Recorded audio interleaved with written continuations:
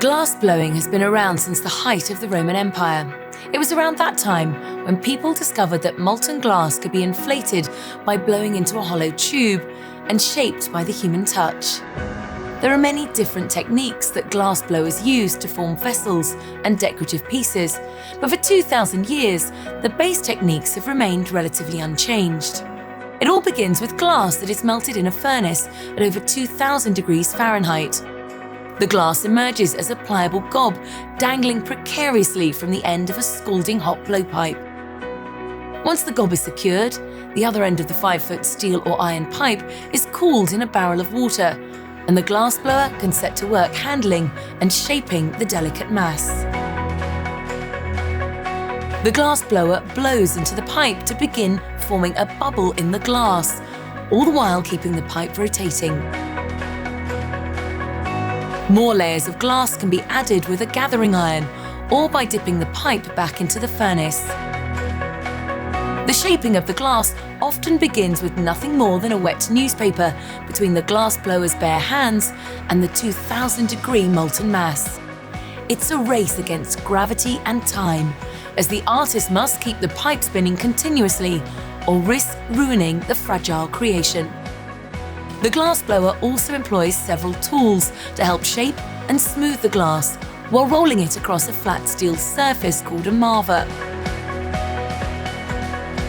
Patterns and colours can be added to the creation by rolling the molten glass in powdered colour or in larger pieces of coloured glass called frit.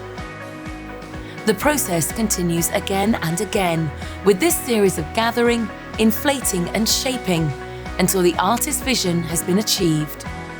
After the vessel is formed to the desired shape and colour, it's placed in a kiln that allows the glass to cool down slowly over 24 hours, keeping it from cracking under thermal stress. Once cooled, the glass can be ground, polished, engraved and detailed further. Susie Perrett of Ventura Hot Glass talks to us about this art form that's become her life's work and passion.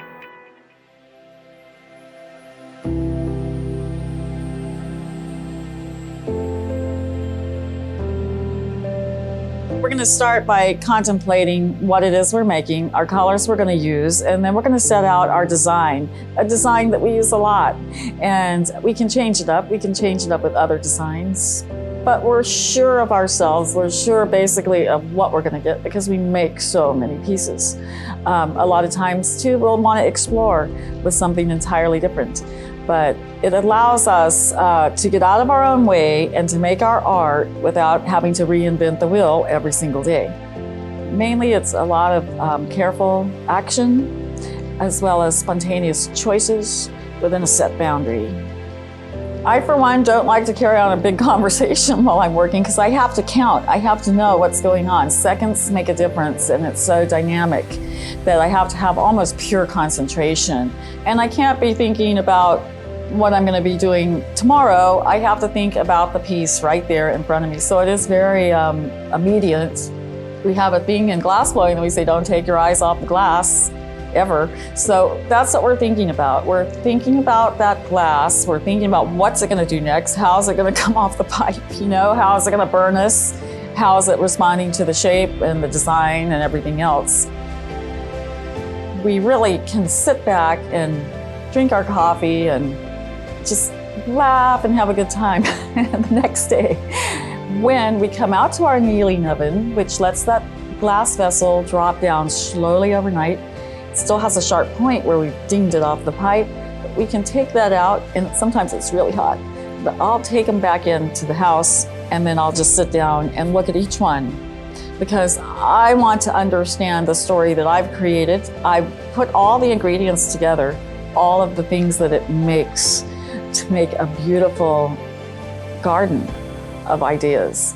So then I'm going to take that in, I'm just going to study what happened in that glass, what happened to that design because of its molten quality, because of its actual characteristics.